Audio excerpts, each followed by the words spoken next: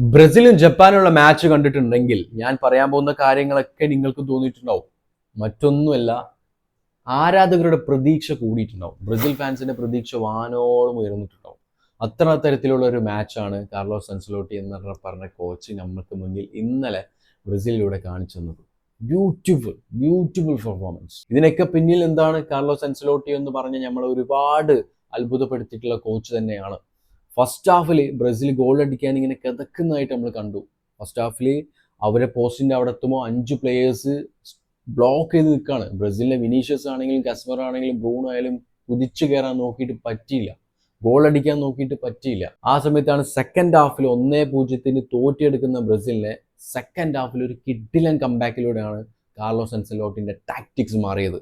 മറ്റൊന്നുമില്ല tactics, penalty പോസ്റ്റിലേക്ക് ക്രോസുകൾ കൂടുതലായിട്ട് കൊടുക്കുക. സെക്കൻഡ് ഹാഫിൽ ഇറങ്ങിയ ബ്രസീലിൻ്റെ അടുത്ത് നമ്മൾ കണ്ടതും അത് തന്നെയാണ്. പെനാൾട്ടി പോസ്റ്റിലേക്ക് ഒരുപാട് ക്രോസുകൾ കൊടുക്കുന്നത് കണ്ടു. അങ്ങനെ ഗബ്രിയൽ കൊടുത്ത ക്രോസ് ആണ് കാസമിറോ ഹെഡാക്കി മാറ്റിയത്.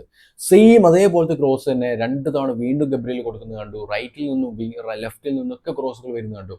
ക്രോസ് പെനാൾട്ടി പോസ്റ്റിലേക്ക് വെക്കാം, അപ്പോൾ ഗോൾ വെക്കും എന്നായിരുന്നു അൻസലോട്ടിന്റെ ടാക്ടിക്സ്. ഫസ്റ്റ് ഗോൾ അടിച്ചപ്പോൾ അൻസലോട്ടി കാണിച്ചതും ഇത് തന്നെയല്ലേ.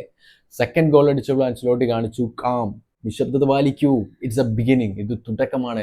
അൻസലോട്ടി പ്ലേയേഴ്സിനെ പഠിപ്പിച്ചു ബോട്ടത്തിൽ നിന്ന് ഈ ഒരു ലെവലിലേക്ക് എത്തിച്ചിട്ടുണ്ട്. ബ്രസീലിലെ എല്ലാ ഫാൻസിനും ഭയങ്കര പ്രതീക്ഷയിലാണ് കാത്തിരിക്കുന്നത്. അടുത്ത മത്സരം ജയിക്കാനുള്ള സാധ്യതകൾ കൂടുതലാണ്. കാരണം മറ്റൊന്നല്ല, നോർവേയുമായിട്ടുള്ള മത്സരം വരുന്നത്. നോർവേ വെരി കോസ്റ്റ് മത്സരം നോർവേ ജയിച്ചു, 2-1 ജയിച്ചു. ഹാലൻഡ് അവസാനം ഗോൾ അടിച്ചു. 2 ടീമും നല്ല രീതിയിൽ കളിച്ചു. ഇനി അടുത്ത മത്സരം നോക്കൗട്ടിൽ ബ്രസീലിന്റെ അടുത്ത മത്സരം എന്ന് പറയുന്നത് നോർവേയുമായിട്ടാണ്. ഈ ഒരു മത്സരത്തിൽ തന്നെ മാർട്ടിനെല്ലിനെ കറക്റ്റ് പൊസിഷനിലാണ് ആരിറക്കിയത്? കാർലോസ് അൻസലോട്ടി ഇറക്കിയത്. സ്കോട്ട്ലാൻഡ് എന്തിനെ മാർട്ടിനെല്ലി ഇറങ്ങിയിരുന്നു കറക്റ്റ് പൊസിഷനിൽ. എപ്പോൾ ഇറക്കണം എന്ന് അൻസലോട്ടിക്ക് നല്ലൊരു വ്യക്തമായ ബോധമുണ്ട്. സ്കോട്ട്ലാൻഡിനെതിരെ കിഡിലൻ ഹിറ്റ് മാർട്ടിനെല്ലി അടിച്ചിരുന്നു, നമ്മളൊന്നും മറന്നിട്ടില്ല. മാർട്ടിനെല്ലി ഇറങ്ങിയപ്പോൾ നമുക്ക് അറിയാമായിരുന്നു നല്ല ഷോട്ടുകൾ ഉണ്ടാകുമെന്ന്. സ്പേസ് ക്രിയേറ്റ് ചെയ്തു, ബോൾ റിസീവ് ചെയ്തു, അടിച്ചു, ഗോളായി. അങ്ങനെ കളിക്കളത്തിൽ അവസാനം ഇറങ്ങിയ ആൾ കളിക്കളത്തിലെ ഹീറോയി മാറി മാർട്ടിനെല്ലി.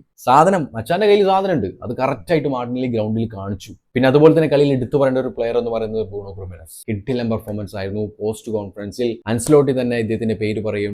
ഡിഫൻസീവ് ആണെങ്കിലും അതുപോലെ തന്നെ അറ്റാക്കിങ്ങിലാണെങ്കിലും കിഡിലൻ കളി കളിക്കുന്നുണ്ട് Bruno. So I am very happy എന്നാണ് അൻസലോട്ടി പറഞ്ഞത്. ഇനി മറ്റൊന്നും പറയാനില്ല. നമ്മുടെ വീഡിയോയെക്കുറിച്ചുള്ള അഭിപ്രായങ്ങളും കാര്യങ്ങളൊക്കെ കമന്റ് ബോക്സിൽ കമന്റ് ചെയ്യുക. നോർവേയുമായിട്ട് ഏറ്റുമുട്ടുകയാണെങ്കിൽ എൻ്റെ അഭിപ്രായം പറയുകയാണെങ്കിൽ ബ്രസീൽ അവിടെയും ജയിക്കും. ബ്രസീൽ അതിനുള്ള കാപ്പബിലിറ്റി ഉണ്ട്, അതിനുള്ള കപ്പാസിറ്റി ഉണ്ട്.